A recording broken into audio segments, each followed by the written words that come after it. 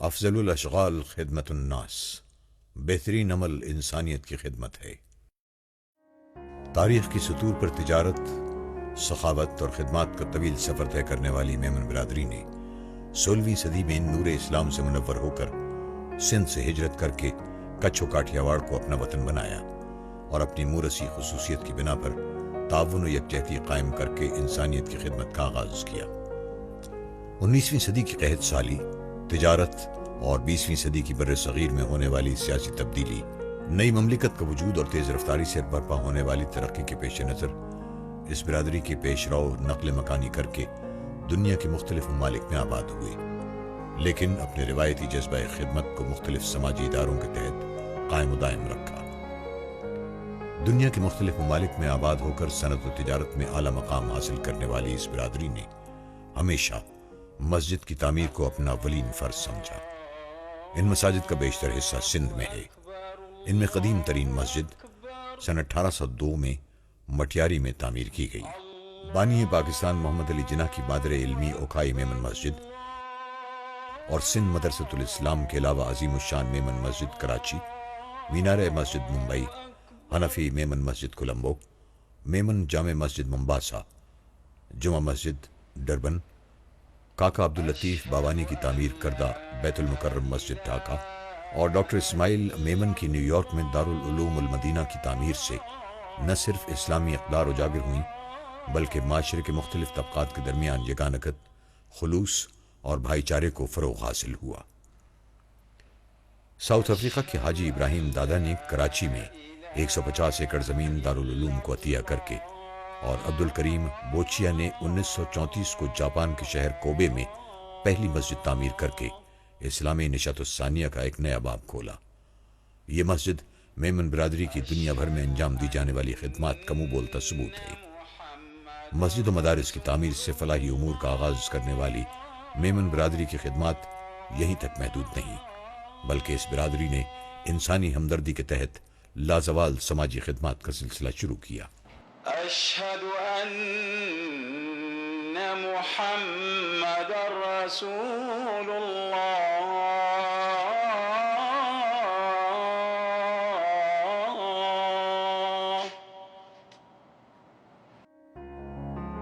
سن 1908 میں حاجی سابو صدیق نے ممبئی میں حاجیوں کی خصوصی سہولت کے لیے وسیع و عریض مسافر خانہ تعمیر کروایا اور یوسف حسین دادا فیملی نے کراچی میں حسینی یتیم خانہ قائم کیا۔ مزید بھارت اور پاکستان کے مختلف شہروں کے علاوہ ڈربن، کولمبو، ممباسا اور لندن میں میمن برادری کے کمیونٹی سینٹر اور دیگر فلاحی اداروں کے عملی نمونے بکھرے ہوئے ہیں۔ میمن برادری کی دور حاضر میں سماجی خدمات کا ایک حصہ اسپتالوں اور مفت علاج و معالجے کے لیے بھی وقف ہے۔ Ayesha Bai Haji Abu clinic and Hajra Bai Popatani medical wing Mombasa, Jafar Suleman trust dialysis centre Mumbai, M A Rangoonwala college of dental surgery Poona, Noor اسپتال ممبئی اور کراچی میں پٹیل اسپتال، ٹبا ہارٹ انسٹیٹیوٹ، کتیانہ میمن اسپتال، بانٹواں میمن اسپتال، عثمان میموریل اسپتال، زبیدہ اسپتال اور میمن اسپتال کے علاوہ کئی اسپتال، شفا خانے اور ڈسپنسریاں شب و روز دکھی انسانیت کی خدمت میں مصروف عمل ہیں۔ یہ حقیقت روز روشن کی طرح آیا ہے کہ کسی بھی ملک اور قوم کی تعمیر و ترقی میں تعلیم کا شعبہ نہایت ہی اہم ہوتا ہے۔ یہی وجہ ہے کہ تعلیم کا فروغ ہمیشہ ہی سے میمن برادری کی خدمات کا اہم اور لازمی جزو رہا ہے۔ اسکولوں اور کالجوں کی انگنت تعداد علم کے وہ چراغ ہیں جو میمن برادری نے دنیا کے مختلف شہروں میں روشن کیے۔ سر محمد یوسف اسماعیل نے 1910 کو ممبئی کے قریب جزیرے نہاسا میں جہاز رانی سے متعلق تعلیم کے لیے نوٹیکل اینڈ ٹیکنیکل انسٹیٹیوٹ قائم کیا، جو اس وقت اپنی نوعیت کا اول و واحد کالج تھا۔ لطیف ابراہیم جمال مرحوم نے کراچی یونیورسٹی میں حسین ابراہیم جمال کیمسٹری انسٹیٹیوٹ قائم کیا، جو پوری دنیا میں کیمیا کی تحقیق کے حوالے سے مانا جاتا ہے۔ مزید کراچی یونیورسٹی میں لطیف ابراہیم جمال سائنس سینٹر کا قیام بھی انہی کی مرہون منت ہے۔ کراچی میں داؤد انجینئرنگ کالج، ممبئی میں سابو صدیق کالج آف انجینئرنگ اور ممباسا میں قائم میمن کالج بھی میمن برادری کی عظیم خدمات کا حصہ ہے۔ سر آدم جی داؤد نے کلکتہ، ممبئی اور کراچی میں Memon educational and welfare society قائم کر کے فروغ علم کی نئی راہیں روشن کی، اور حاجیانی خدیجہ بائی نے رونق اسلام نامی کئی تعلیمی ادارے قائم کر کے پاکستان میں تعلیم نسواں کے فروغ میں اہم کردار ادا کیا۔ حاجی سلیمان ابراہیم ٹرسٹ ساؤتھ افریقہ کی خدمات بھی تعلیم کے شعبے میں قابل تحسین رہی ہیں۔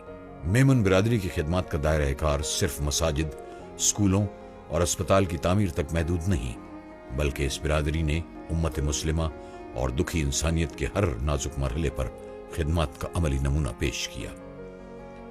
قدرتی اور ناگہانی آفات میں بھی اس برادری کا کردار ناقابل فراموش رہا ہے۔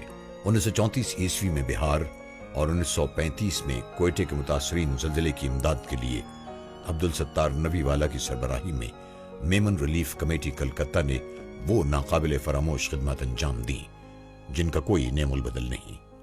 میمن برادری کی ان خدمات کو راجندر پرساد اور گاندھی نے بھی خراج تحسین پیش کیا، اور وائسرائے آف انڈیا نے ان کی خدمات کے اعتراف میں عبدالستار نوی والا کو اعلیٰ سول اعزاز قصر ہند سے نوازا۔ سابق مشرقی پاکستان میں متعدد بار سمندری طوفان اور سیلاب کی تباہ کاریوں میں چٹاگانگ کی میمن برادری امدادی سرگرمیوں میں صف اول رہی، اور 2001 میں کچھ اور بھج میں متاثرین زلزلہ کی امداد میں بھارت کی میمن برادری پیش رہی۔ سن 2004 کو سونامی نے سری لنکا سمیت متعدد ممالک میں تباہی مچا دی۔ اس نازک مرحلے پر میمن ایسوسی ایشن سری لنکا نے خدمت انسانیت کے تحت امدادی سرگرمیوں میں بھرپور حصہ لے کر نئی تاریخ رقم کی۔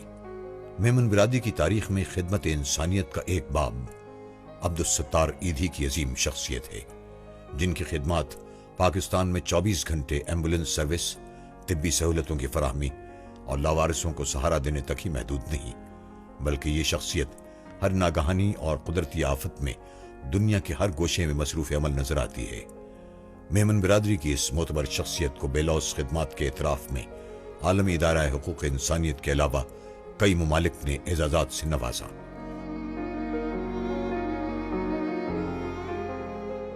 خدمت انسانیت کی انتھک داستان جو میمن برادری کے ہر خاندان سے جڑی ہوئی ہے، اور دنیا کے گوشے گوشے میں آباد اس برادری کا ایک ایک فرد ہمہ وقت خدمت انسانیت کے جذبے سے سرشار اور انسانیت